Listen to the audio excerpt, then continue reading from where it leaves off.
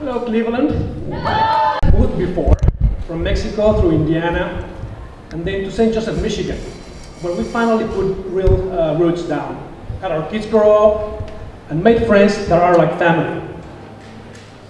Chicago came next. 5 years that went fast, full of good people, with always one foot out the door.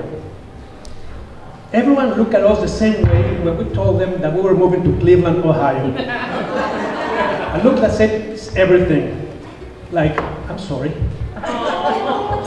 Some will force a polite response, oh, Cleveland. For our family and friends in Mexico, it might have been as it had been Timbuktu. For the people we loved in Michigan, the best they could offer was, well, it's only a 4-hour drive. Everything we read made it worse. Dangerous, run down, even miserable. But I couldn't keep commuting every week from Chicago to Cleveland for my job at Moen, leaving every Monday at 4:30 a.m. and returning Thursday night exhausted. I wasn't present for my family, and at work, my broken presence limited how much I could leave. When I was growing up in the 80s in Mexico City, I sit with my dad and watch football every Sunday. Football, real American football, not soccer. Not soccer, American football. I didn't really follow the game. I just loved the helmet designs and being around him. My dad rooted for the Steelers and for the Cowboys. I had my own logic.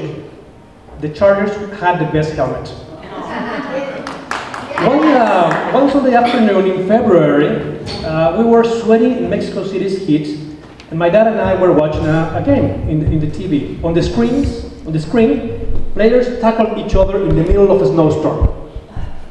The field was completely white, and they looked half frozen, especially the people in the stands, except 4 guys that were shirtless and their chests were painted orange. And the camera kept coming back at them. I remember thinking, how could that be happening somewhere when we're just melting here in Mexico? Who can live there? I thought, it's like I imagine Siberia. During halftime, my friends and I went for our weekly Sunday ritual. An ice cream shop was giving away small football helmets as ice cream cups. The helmet was chosen at random.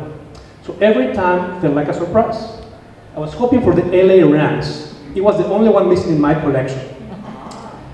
We walked to the store and ordered our ice cream. I still remember the confusion and how upset I was when I got mine. An orange helmet.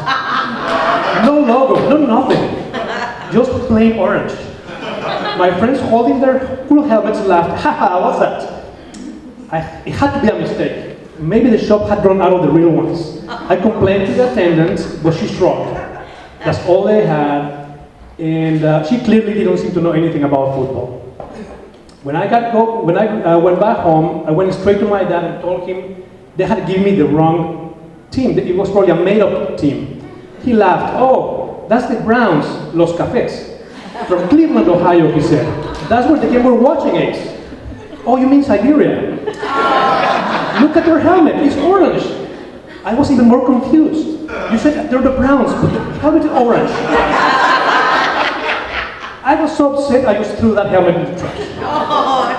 That night, still annoyed, I went to my room and did what I always did. I put on some music. At the time, I was in love with the Pretenders, and the album was Learning to Crawl. This band was pretty niche in Mexico, but I had heard Middle of the Road and I loved that. Every time My City Was Gone came up, I would play the bass introduction 2 times. I really loved that.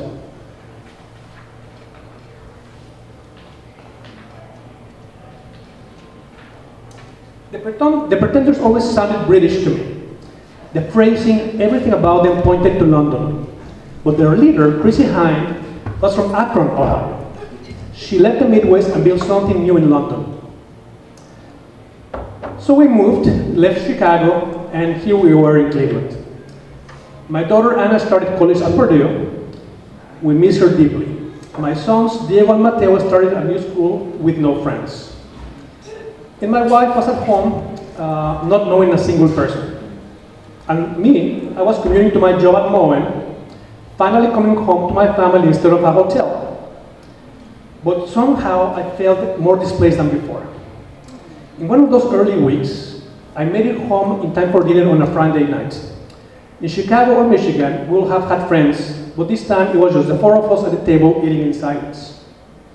At some point, one of them finally said, "Why did we have to come here?" I had to ask myself the same question more than once. Did we make the wrong choice? But there was no undoing it. And I didn't really have an answer. So I told them to hang in there. And I hope I was telling myself the truth. With time, the kids started to make friends, and then the pandemic hit.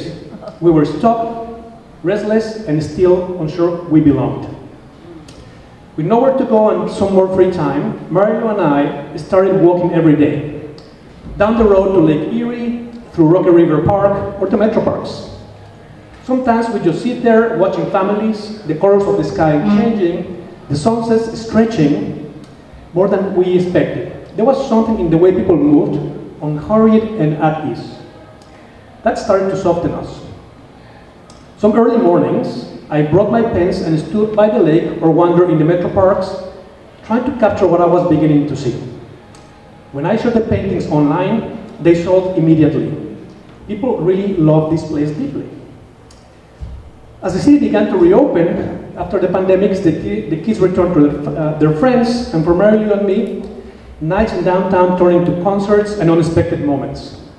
The Rock and Roll Hall of Fame, which I thought was a tourist trap, became a place I kept returning to, for exhibits, for talks, or for the feeling that music and place really connect. Evenings at the Cleveland Orchestra and at the Opera is something that we look forward to, and the dinners before the show in Little Italy turned into a ritual now we share with friends. I started going to the Guardian games just to see the Cubs or the Dodgers, who are my teams. But then I started to find myself actually cheering when Cleveland was making the playoffs. I recently joined a painting group called the Pretentious Cleveland Portrait Artists, which is exactly as ridiculous and wonderful as it sounds. And I've met a wonderful community of people that see the city like I see it. A city that offers endless art and inspiration. A city whose people is worth painting. And shall I mention Story Club Cleveland? A couple of years ago, the Pretenders came to play at the Goodyear Theater in Akron, Crazy's hometown. The band that I was listening that night when I got the helmet of nobody, of course, I got the ticket when they came online.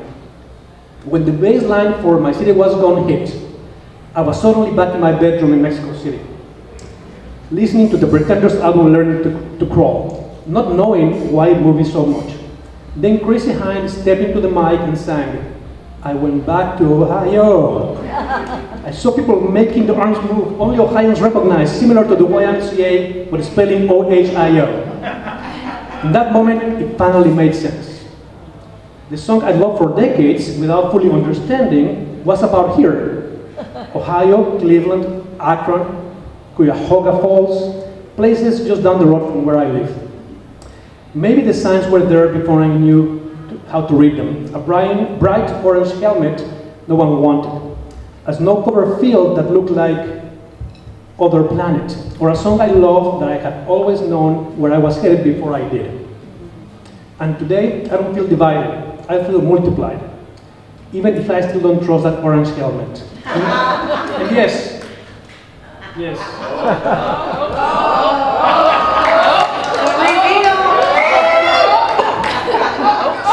Cleveland, Ohio rock.